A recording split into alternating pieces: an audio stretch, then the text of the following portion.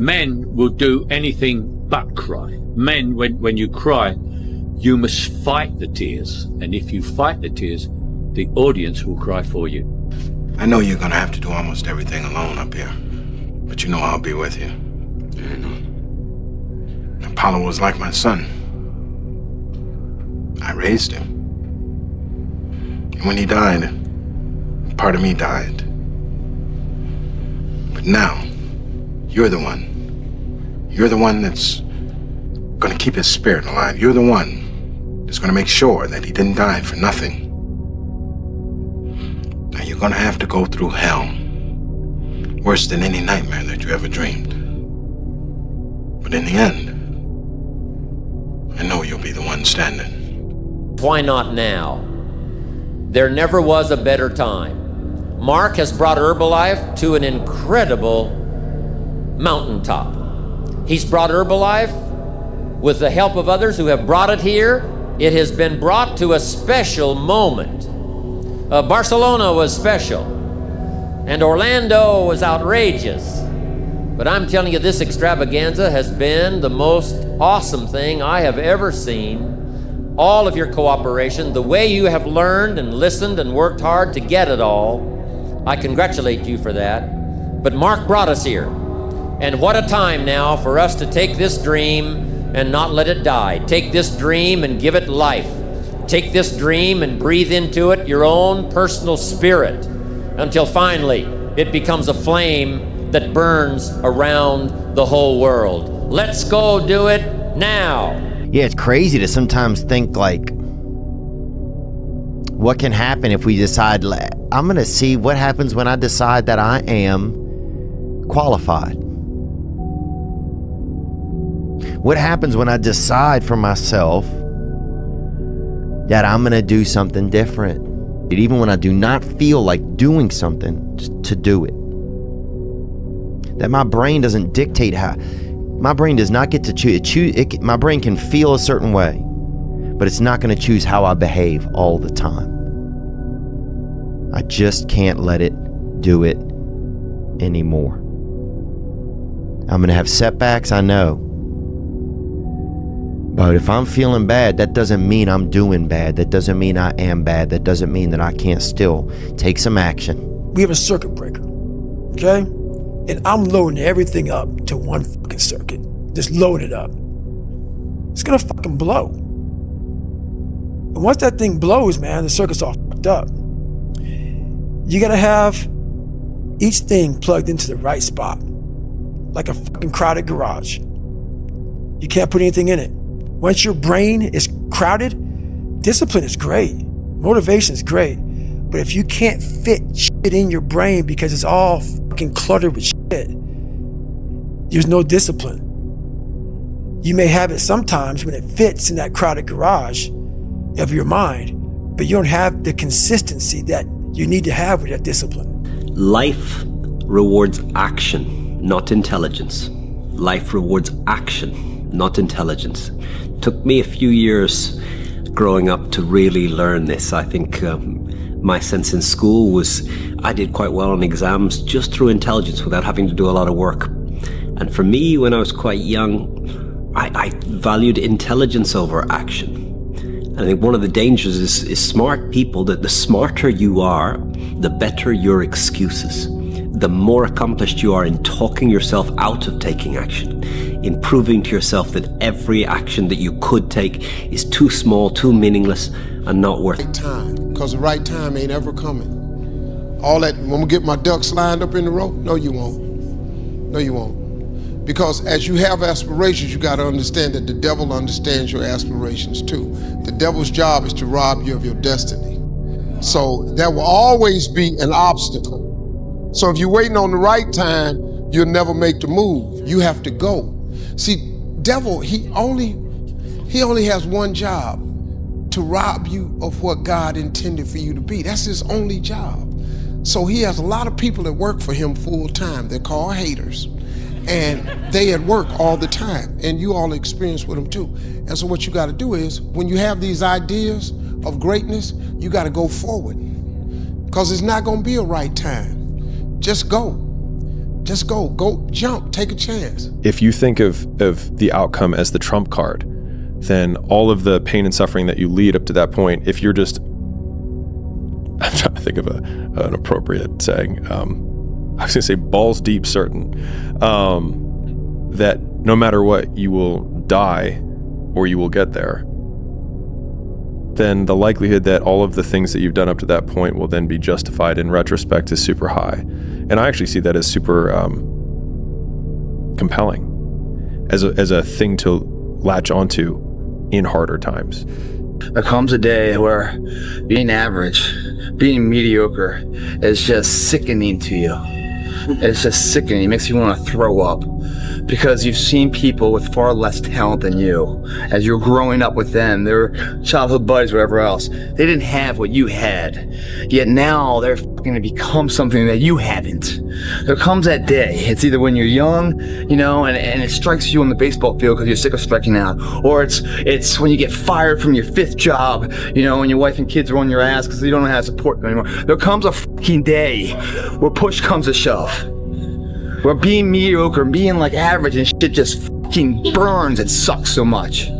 You can't deal with it one more day, and you get off your fucking ass and you create something that's always been there. It's always been inside of you trying to come out, but you've never wanted to unwrap it because it's too much fucking pain and commitment. But you decide exactly what you want, and then you start to think. Now you're going to have thoughts come to your mind of why you can't get it. Mm-hmm. You have the ability in your conscious mind to reject that idea, kick it out of your mind.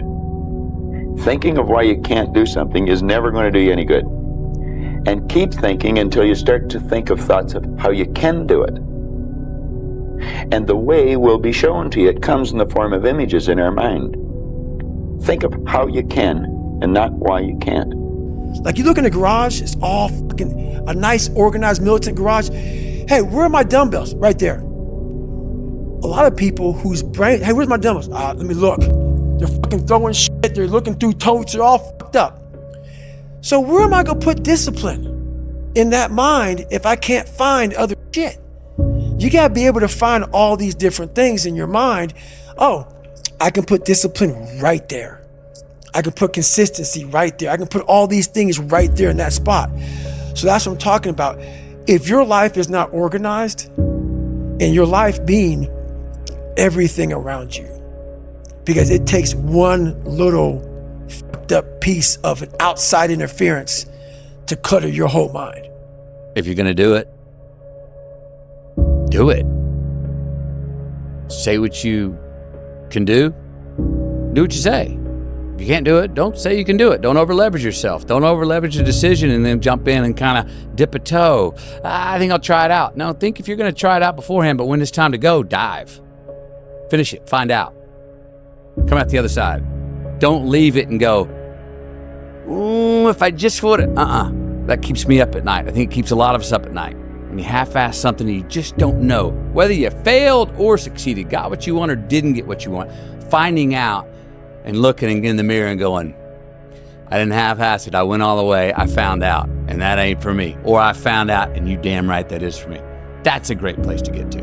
But the limbo of not knowing, if you half-ass something, the limbo of going, I hedged my bet. The matter that you show up and try and act week after week, month after month, year after year, with a little bit of intelligence, you start to get better and better and better. You start to become more articulate. So this thing, even if the action is poor action, you're going to learn something from it. And it's so easy to talk yourself out of action, but it's so important to remember that life rewards action, not intelligence, not smarts in your brain, but action into the world. And discipline is necessary in our life in order to generate consistent, systematic action. But I think until you measure something that matters, you do not know if you're disciplined. We'll sit around forever wondering, well, what if I was a dog catcher? Would I be the best? What if I was what if I'd worked on at avalanche, searching for avalanches and predicting them, or what is it called, a geologist. who would would I be able to do it? You don't know. Until you say, yeah, I'm gonna take action. Nothing changes if nothing changes, man. And I'm not preaching at you. I'm just, I just want to remind you, because I've spent a lot of time in my life sitting around wanting things to change and not being able to make them change, and not thinking I could. And I wish somebody had told me that earlier sometimes. That in order for something to change, there needs to be change. Just think of how you can. Now, I'd say before you get into that, you should get a good book and start to study it. Select a person who is already doing something that you'd like to do. Get to know that person. Go to the experts for advice. Don't ask the person next door, your mother, father, brother, or the guy that works beside you, because they don't necessarily know. There's no point in asking a person how to earn a lot of money if they're only earning $10,000 a year. They don't know. If they knew, they'd probably be earning a lot. But I want you to take it personal. And my personal question to you is, why not you? You've got the brains. You can make decisions. You can study the plan. You can change your life. You can grow immensely in the next few years. You can make your dreams come true. You can build a financial wall around your family nothing can get through. You can become healthy. You can become powerful. Why not you? And I'm here to say that I'm ready to pledge my support to make your personal dreams come true. I asked the question, why not you? But I'm not going to ask it and just walk away. I'm going to ask it and walk with you in this journey as we take Herbalife around the world. You were scared you were gonna fail. You were scared if you started, you never finish it. You didn't want to tell anyone about it. You knew it was there, but you never wanted to embark on it until something fucking hits. You get fired or somebody else gets success to remind you of what you could have been. And then the fucking spark is born. And no matter what happens, I'm never gonna be in this boat again. And you get up and you go, even if it gets knocked down, you just keep going, you're a wild man. And life has never been so sweet. That can happen at an early age, it can happen at a later age. It's gonna happen to somebody no matter what, it's gonna happen to you. And when it does happen to you, thank your lucky stars that finally you're alive. It's time to unwrap the potential you can be. Superior, man. It's within you. It's within every single one of us. And the people that have risen to that level were no different than any one of us. It's just they believed it and they're willing to work their fucking ass off to get it. People want to find their passion, but you don't find it, you create it. And you create it by getting good at something. And to get good at stuff, you start by doing something you suck at. Then you get good, then you like it. Then people ask how you found your passion. Answer, by starting when you sucked and not giving up. Why did you let me race with your car? You knew I was gonna wreck it. Why not? Because it's a lot of money. I have money. It's trust and character I need around me. Who you choose to be around you lets you know who you are. One car in exchange for knowing what a man's made of. That's a price I can live with. Look at all those people down there. They follow the rules for what? They're letting fear lead them. What happens if I don't? Life's simple. You make choices and you don't look back. When I was going through basic SEAL training, we were getting absolutely crushed by our instructors at 2 o'clock in the morning. And I forget what we did wrong, but we messed something up, or we failed to do something and we were paying for it. We were doing sprints up and over the sand berm, and we were doing buddy carries, and we were doing bear crawls, and we were wet and sandy, and it was a gut check. And this was after a standard day of SEAL training, getting crushed all day anyways. And some of the guys were feeling it. And the class kind of grew silent as we went from exercise to exercise and punishment to punishment. And then one of the instructors yelled at us. And he said, false motivation is better than no motivation. You're going to have to do something. If you want to go from where you are to where you want to be, you're going to have to do something that makes you more different, more weird, more easy to be mocked, especially if you come from a country like the UK, where I'm from. Being different's not particularly celebrated in that way. It's the sort of thing that's quite easily mocked. There's a big culture of piss-taking. And if you start, what are you talking to people on the internet for? It's fucking weird. Like, that's stupid. That's not going to work. Why are you going to do that? So if you don't have that level of enthusiasm, there is no support around you to tell you that the thing that you're trying to do, the taking up the martial art, why are you training this taekwondo bullshit, like, you know, fucking 6 nights a week? Why are you coaching all of these mums and all of these like old guys on how to do Tai Chi or whatever? Why are you doing that? Well, because maybe I'm sort of pulled to it, and there is this temptation to go back to your old ways of thinking. Go back to the road that you already know how it's going to end. But maybe you could get what would really be good for you. Well, why don't you? Well, because you don't try. You don't think, okay, here's what I would like if I could have it. And I don't mean in a way that you manipulate the world to force it to deliver you goods for status or something like that. That isn't what I mean. I mean something like, imagine that you were taking care of yourself like you were someone you actually cared for. And then you thought, okay, I'm caring for this person. I would like things to go as well for them as possible. What would their life have to be like in order for that to be the case? Well, people don't do that. They don't sit down and think, all right, you know, let's figure it out. You've got a life. It's hard, obviously. It's like 3 years from now, you can have what you need.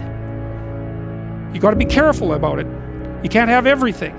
You can have what would be good for you, but you have to figure out what it is, and then you have to aim at it. Because a lot of people will, and some of these motivational people out here, it's the funniest thing in the world to me. They'll go and say, when you wake up in the morning, pound your chest. You know, fucking look at yourself in the mirror and do all this fucking bullshit. I hope it works. What works for me is that everyday resume. The things I know I've accomplished, the things I know I've done, real hard work, the real calluses on my mind, the real calluses on my hands. That's it. You don't need to pound your chest in the mirror anymore if you have that. And for 1 year, I had a call every Wednesday with a writing coach. And every call would begin with him asking one question. How many words did you write this week?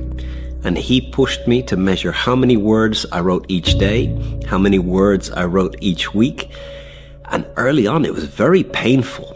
It felt like I was putting a lot of energy into writing, but the actual number of words being produced day after day, week after week was very low. And it was only when I really got this measure and made sure that I looked at this measure each morning, each day, each evening, each week, each session with my coach, that I started to realize that so much of the effort was in my head and not turning into words on a page. And it's only when you measure something that really clarifies whether you're getting the actions done that you start to realize whether you have discipline or not. Everybody gets one chance to do something great. Most people never take the chance, either because they're too scared or they don't recognize it when it spits on their shoes. This is your big chance, and you shouldn't let it go by. I mean, you remember when you busted the guts out of the ball the other day? Someone's telling you something, kid. And if I was you, I'd listen. That passion is all over there. Why? Because to ourselves. I know it hurts. I know it hurts. That is the lead indicator, not even the lagging indicator. That is the lead indicator that you are doing the right thing. And a lot of people listen to this podcast. I get messages from people like, hey man, I'm a 22-year-old rugby player from the northwest of the UK. I live in Cumbria. None of my friends understand me. I want to do personal growth. I don't want to live in the UK. And when I listen to Modern Wisdom, I feel less alone. And it makes me tear up because I'm like, I see me in that person. I see me in that. And it's so hard to reframe it. The pushback you are getting is the indicator that you are doing the right thing. It is. And if you can reframe the distaste that you get from other people as the same as that. Embrace the process. And don't look for what you are supposed to be fully, completely polished, sharpened, edged, tempered at 26. Or 36, at 46. You've got a lot more forge time left. You've got a lot more hammer blows left. And it takes time. But if you will patiently embrace the process, then by the time you get up in years, you can be a man that you're proud of. Okay? So this is just an encouragement to just chill out. Just chill out. Embrace the process. You say, Dwayne, what process? Life. The next morning, I went to my job and quit my job with $50. $50. I just quit. Ex-wife left me. Mother-in-law, boy, I cost some hell. Made $3,000 first year in business, $5,200 the second year, $7,300 the third year. Became homeless, lost everything I ever owned, lived in a car for 3 years. I kept telling them jokes. My father was the only one who believed in me. My mother, my brothers, sisters, all my friends, man, get out of that, man. You ain't making no money. You can't tell no jokes. I just kept on. So every morning starts with a run. And that's because that's the one thing I hate to do more than anything in the world. So that's like my cup of coffee. And I'm all about armoring yourself. So the second you leave your house, and the second you open your phone, the second you do any of that shit, you are now letting in poison and cancer. So I make sure a lot of things you can't avoid. So as I get up, I start to armor plate my mind and body. Like a person's going to war, you put your body armor on. That's what I'm doing on that run. I'm waking up and I'm giving myself all this armor. So when I come out in the world, now look at that phone, I'm ready. I'm not waking up late. I'm not rushing around. I'm not disorganized because I know I'm gonna get hit in the fucking mouth. There's an art to getting hit in the fucking mouth. And that is why these things are important. You have to wake up and you have to give yourself belief. It wasn't about the genetics. It was about the perseverance. And it wasn't about being the hardest fucking worker in the room. That's what got them there. And it didn't happen overnight. They got knocked down more than they ever stood up. But they kept going and kept going and kept going and kept going because what else is the alternative? To be average again. That sucks, man. And it really sucks when you've tasted success at one point in your life. When you have sex with a woman and it's the best sex ever, you want to have sex with her again. When you eat a fucking great juicy steak, man, you want to have that again. When you go out and you train hard to play baseball and you connect and you hit the winning home run, you want to feel that way again. When you taste these finer things of life, all the pain, all the work, all the sacrifice to get them is well worth it. If anything, it's a small down payment for the price and the reward you got. As soon as I started the gym, my passion disappeared. It became work. And I had a different mentor later in my life who said, never create work around your passion because then it'll become work. And he was a guy who's a very successful business guy. And I think about that actually more than I'd share, because it's just complete and utter bullshit, because it assumes that what you're going to be doing every day is the thing that you're currently really interested, which also doesn't make you money. And I remember thinking to myself momentarily that I didn't agree with that. That seemed actually kind of weak. If you aren't really truly motivated, it seems weak to fake it. Because my whole life, I always had an aversion to fake people. Fake people with their fake way of talking and their fake way of acting and their fake voice and their fake attitude. I never liked people like this. And now I had this SEAL instructor telling us that if we weren't truly motivated, then just to fake it. But you know what? He was right. He was right. You see, I was already fired up. And some of the other guys were fired up as well, but not everybody was. And that had us as a class dragging. Pressure changes everything, pressure. Some people, you squeeze them, they focus. Others fold. Can you summon your talent and will? Can you deliver on a deadline? Can you sleep at night? Well, I believe that you have to build belief. Belief is like, there's an after school special belief, where the mom says, believe in yourself, and that's all great, but there's also a built belief. And the built belief is one where you are constantly, like for me, I came from a bad place. How I build belief is through the daunting tasks I put myself through. So that's proof positive that I can. So it correlates. And that's how this piece of shit kid I once thought I was built belief by saying, I was in 3 hell weeks. I went to Ranger School. I tried out for Delta Selection. Undeniable stack of proof. That is proof, motherfucker. So whenever you think you can't, the confidence comes from the thing that you built. You must build belief. You must build confidence.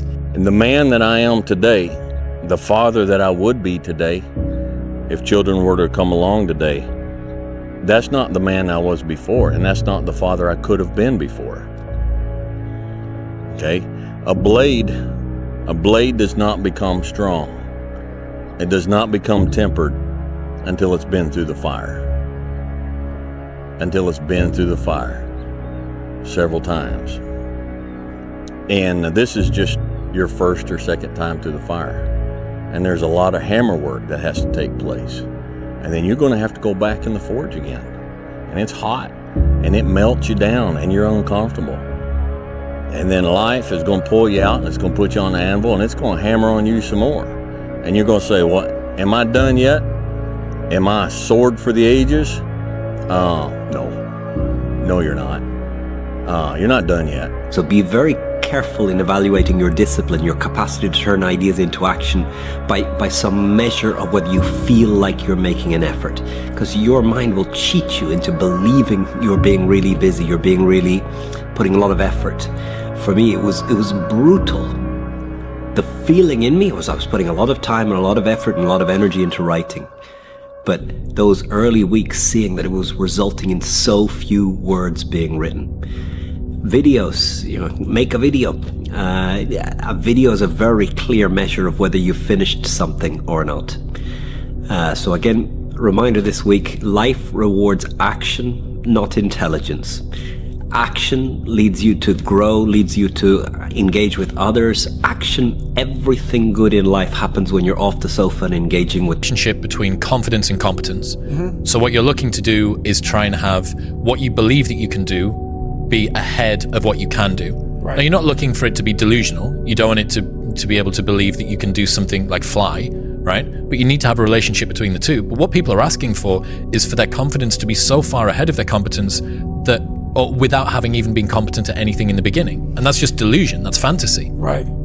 There's nothing out there for me.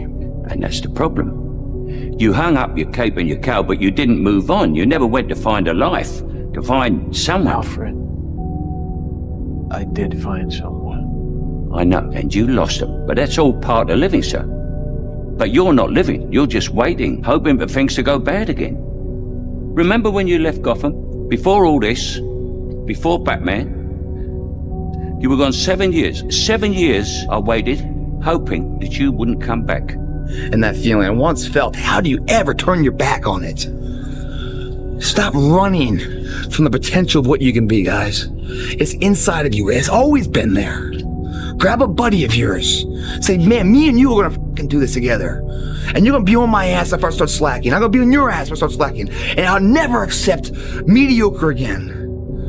I'm always gonna give it my 110%. That's the only thing I can ever say a solid day's work.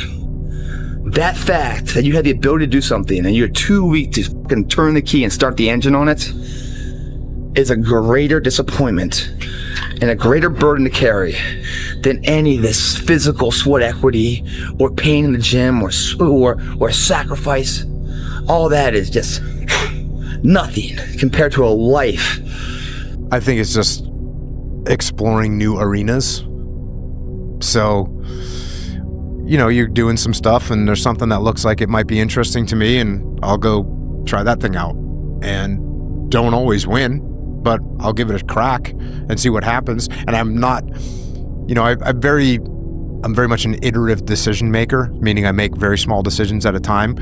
I don't go all in on some chance. You know, I'm a little bit more methodical than that. And so, yeah, I see something that seems like it's a good opportunity or something that I'm interested in, I'll go give it a crack. And if it works, then cool, I'll do more of it. And if it doesn't work, then, well, maybe I'll back off. They'll be at the line of scrimmage and they'll look at the defense. The defense is, the defense is shifting. Did he call an audible? In my mind, a lot of times, man, I'm like, it doesn't mean I quit. I don't quit. You know, I may not make it the first time, but I'll come back. I gotta call an audible. I gotta fucking get my head back in the game. I gotta figure this shit out. It doesn't mean you leave. It means you study it more. And whenever I fail at something, people always say, man, how do you handle failure, man? I fail a lot, dude.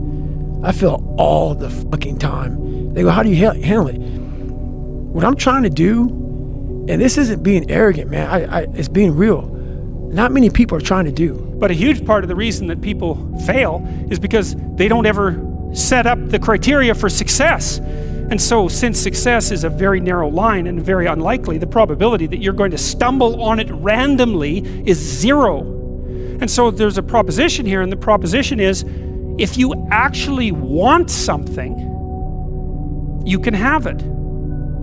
Now the question then would be, well, what do you mean by actually want?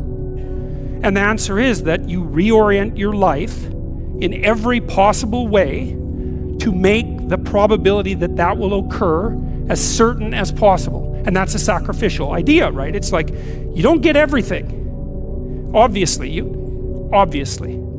But maybe you can have what you need. And maybe all you have to do to get it is ask. But the asking isn't a whim or today's wish. Because they're projecting the things that they know they should be doing that you are doing that they're not doing, and you remind them of that. And so even though the mountain that you're climbing is actually a smaller one than the one that you ultimately want to climb, you're actually at the top of their mountain. And so they start tearing you down. So like, that's where the underdog story that we said at the very beginning of this with the quote, which is like, on the way up, they root for you.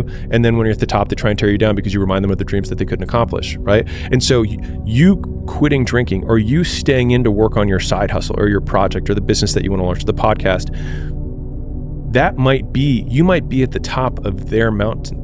And so they are tearing you down because now you remind them that they haven't done it. And it's purely a projection of them onto you and has nothing to do with you. You know, all of us have brothers, sisters, little sisters who, for whatever reason, always tend to get in your stuff, your closet, your shoes, everything. It was a nuisance, if I can say that word. But that nuisance turned into love over a period of time, just because the admiration that they had for you as big brothers or big sisters. But then it turned into a certain passion.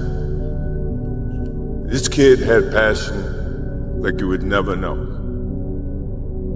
And it's an amazing thing about passion. If you love something, if you have a strong passion for something, you would go to the extreme to try to understand or try to get it. There's not many people who can even open their fucking mouth and criticize me when I do fail.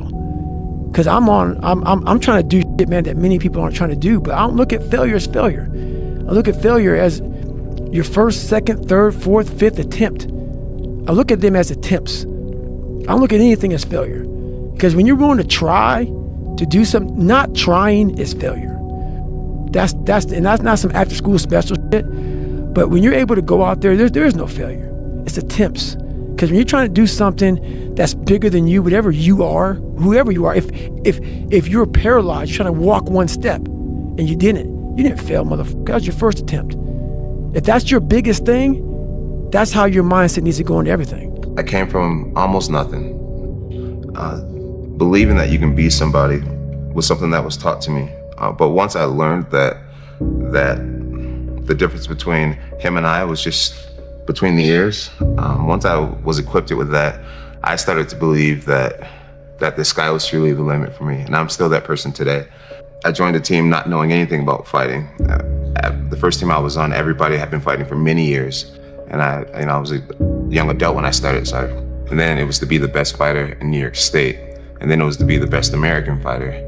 And then it was to be to beat Chuck Liddell's record. And now, people consider me one of the greatest fighters who's ever lived, considering Bruce Lee and Muhammad Ali and Mike Tyson. That's all great company. And, people consider me the #1 fighter who's ever lived. If you practice meditation, for example, you learn to focus on one thing, your mantra, a sound, whatever it is. You learn to, your breath, you learn to, you don't think of nothing, you think of one thing. You focus on one thing, right? And if something interrupts that thing, you have a thought. Did I leave the washing machine on? You label it a thought, and you push it out of your head and you say, I'll deal with it later. And that's the whole idea, is total focus and the ability to put your thoughts out of your head to stay focused on this one thing. The whole meditation practice that you've been doing is now valuable in this moment, where you are focused entirely on what they're saying to you. Every distraction, every screech of a car tire outside, everybody who's talking around you, you don't hear any of it. You only hear what they're saying to you. You're entirely focused on what they're saying to you. Your behavior has to change, and whenever you're doing these new things, one, they'll be new, which means you will suck at them, which means you'll probably not like them, but it's also part of it. And so I would prefer to take the extreme opposite position of everything will suck, and eventually you will get good at the things that you suck at, and then you'll enjoy being competent at that thing, which will then probably give you status, and you'll enjoy the fruits of status more than the pain of doing the thing. And in so doing, create a positive feedback loop that you'll actually keep sticking with it. And so I'd rather set the expectation that everything is terrible all the time, forever. Now let's see if we can become the person who can still do it anyways, and start that as the baseline rather than trying to assume that I need perfect conditions in order to start. Because, starting is the perfect condition. Whatever condition that you're in, that you start, was the perfect condition. I came from a small town in Indiana where there was a handful of black families. And a lot of people in that town, when you come from a town of 8,000 people, it's like we had a local plant, Great Dane. And you're like, you know what? I want to work at Great Dane and get a house next to my mom. That's what you know. Our mind works in such a small compartment. And one thing I was able to do was to dream. Many people, but don't make dreams your fucking master. But I was able to dream outside those fucking four walls of that small town. And until you're able to really put yourself into that dream, but don't make dreams your master, that's where you truly become what you're destined to become. The guys that weren't truly motivated, they started to fake it. They started to yell, hoo-yah, and they started to pretend like they were fired up, and all of a sudden, the mood of the class changed. It went from dreary and dragging and negative, and people started to get fired up. And they started to yell louder, and the next thing you know, we were having a good time. And the instructor was right. If you're not motivated to do something, pretend that you are. Fake it. Because false motivation is better than no motivation. I value myself enough to give 120% or don't do it. And that's the problem with some of you. You always want to blame other people. You want to hold other people to the fire, but you're not holding yourself to the fire. You just said you're giving 50%. You owe you an explanation. You owe you an explanation. You need to look at yourself in the mirror and say, why are you only giving 50%? What's wrong with you? You need to put yourself on punishment. You need to tell you no more TV, no more snacks, no more desserts, no, we working out now. No more alcohol, not right now. I can't handle it right now. You need to tell you that you owe you something. Stop going back to, you keep going to the mall with the receipt. This is what y'all said it was. Glenn, you didn't do what you said you was gonna do. Well, you didn't do what you were supposed to do, so how am I gonna do what I'm supposed to do for you? And what we have to study, I think, is how does this non-physical part of my mind work? What happens when I think? Where do thoughts come from? How was this chair built? Somebody had to think. Thoughts are everywhere, and we pull thoughts into our mind and we build pictures or images in our mind. Okay. What we want to understand is that's a non-physical side of ourself that's doing that. If I can build an image of something in my mind, I'm quite capable of building a physical replica of it in my world. So if I build an image of me as a happy, relaxed person, I can live like that. If I build an image of myself as being prosperous, I can become prosperous. I would have never imagined it, but my belief is so high in me now that it's like, of course, you know, that's how I feel now. Like, of course, I'm the best. I feel, of course, I can do more. And I don't say that in an arrogant way. I just know that I have the wisdom, I have the team, I have the faith in myself, I have the faith in God, and I've surrounded myself with a winning formula. So I'm very confident in this formula. Well, you're burdened by regret, guys. I hope you guys get what the fuck I'm saying. I'm telling you what, man, once you get it, come on over this side of the fence, you don't see fucking problems anymore, man. You see situations. You see possibilities. And you can't wait to get them started, man. You're like, why did I wait so long to engage? It doesn't matter about the past. It's today. What are we doing today? Or are we going to engage now? And once we engage, we commit. There's no half commitment, there's no quarter commitment, there's no three-quarter, it's full commitment.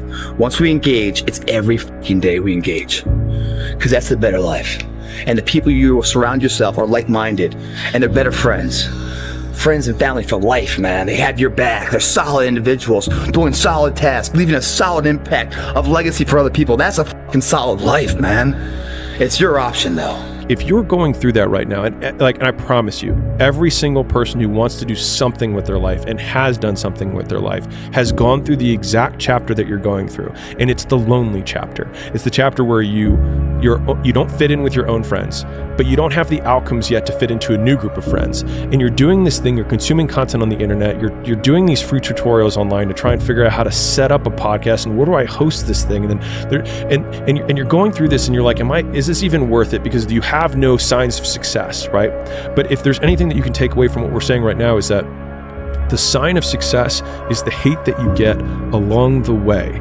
And what you can't do is bend the knee to their hate and fit back into the conformity because it's comfortable and it's warm. Because like in the Matrix, when Trinity opens the door, when Neo's about to go take the red pill and he wants to get out of the car, she says, Neo, you've been down that road and you know exactly where it leads. And I know that's not where you want to be. A lot of people sit back and they dream about being a sports figure, or dream about being a SEAL, or dream about being an astronaut. And all it is a motherfucking dream.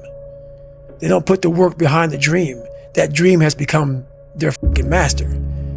When you become the master of your fucking dream is when you say, I want to go be a Navy SEAL. And you say, okay, I'm going to lose 106 pounds in less than 3 fucking months. The dream was the one thing I thought about, and the dream was now gone.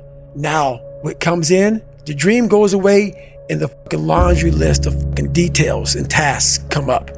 Gotta do this, gotta do this, gotta do this, gotta do this. That's when you become the master of your dream.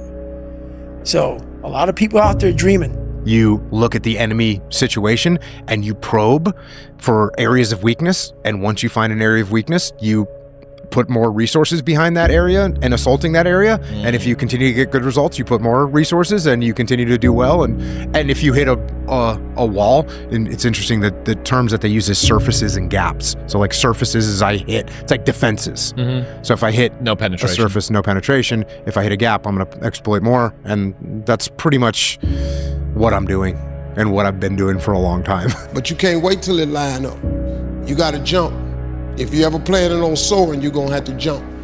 Now, I don't suggest you jumping like I did. That ain't for the faint of heart.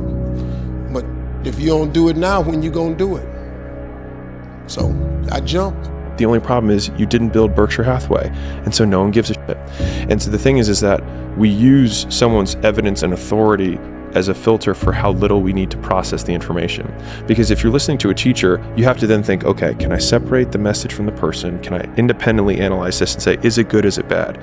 If Warren Buffett says, you should buy this, you don't need to analyze it. You figure he knows more than me, he has more perspective, and I will just take it as fact. And so it's actually lazy consumption on behalf of everyone else that gives authority so much resonance and so much shareability because they're also protected, because if you share something Elon says, you're protected by Elon and his brand. And so the hard work is getting to the point where you have the evidence that people are willing to feel safe agreeing with you. And the only way for them to feel safe agreeing with you is for you to disagree with them for a very long period of time until you prove that you're right. You walk out of this room, you owe yourself. I didn't get here making excuses. So what, my father wasn't in my life? The truth of the matter is, he ain't never come into my life. So what, I'm gonna wait for the rest of my life for my man to come in the world? No, I didn't grow up on that side of the town. No, my mama don't have no network. No, I don't know a whole lot of people. No, I'm not at a country club. No, I don't play golf, and I don't plan on playing no time soon. But I'm still gonna be successful. I'm still gonna get you where they are. Why? Because I owe it to myself. And can't nobody stop me but me. And you need to get rid of them excuses, and you need to stop pointing fingers at people. And you need to start pointing fingers at yourself. What did you not do? Find a measure of something that matters. Pay attention to whether you're making progress on the actions that lead to that measure. And look at what needs to happen in your discipline so that you value action above thinking or intending to take action. Nietzsche said, "I know of no better life purpose than to perish in attempting the great and impossible." The fact that something seems impossible shouldn't be a reason to not pursue it. That's exactly what makes it worth pursuing. Where would the courage and greatness be if success was certain and there was no risk? The only true failure is shrinking away from life's challenges. And I do wonder how many people use the look in the mirror, pound the chest, stare into your eyes, say your affirmations, don't get the results, and then lose confidence. What would you call that? Damn good television. It's a miracle no one was killed. I didn't have time to observe the rules of the road, Alfred. You're getting lost inside this monster of yours. I'm using this monster to help other people just like my father did. For Thomas Wayne, helping others wasn't about proving anything to anyone, including himself. It's Rachel, Alfred. She was dying. She's downstairs sedated. I need you to take her home. Well, we both care for Rachel, sir. But what you're doing has to be beyond that. It can't be personal, or you're just a vigilante. Is Fox still here? Yes, sir. We need to send these people away now. Those are Bruce Wayne's guests out there, sir. You have a name to maintain. I don't care about my name. It's not just your name, sir. It's your father's name. And it's all that's left of him. Don't destroy it.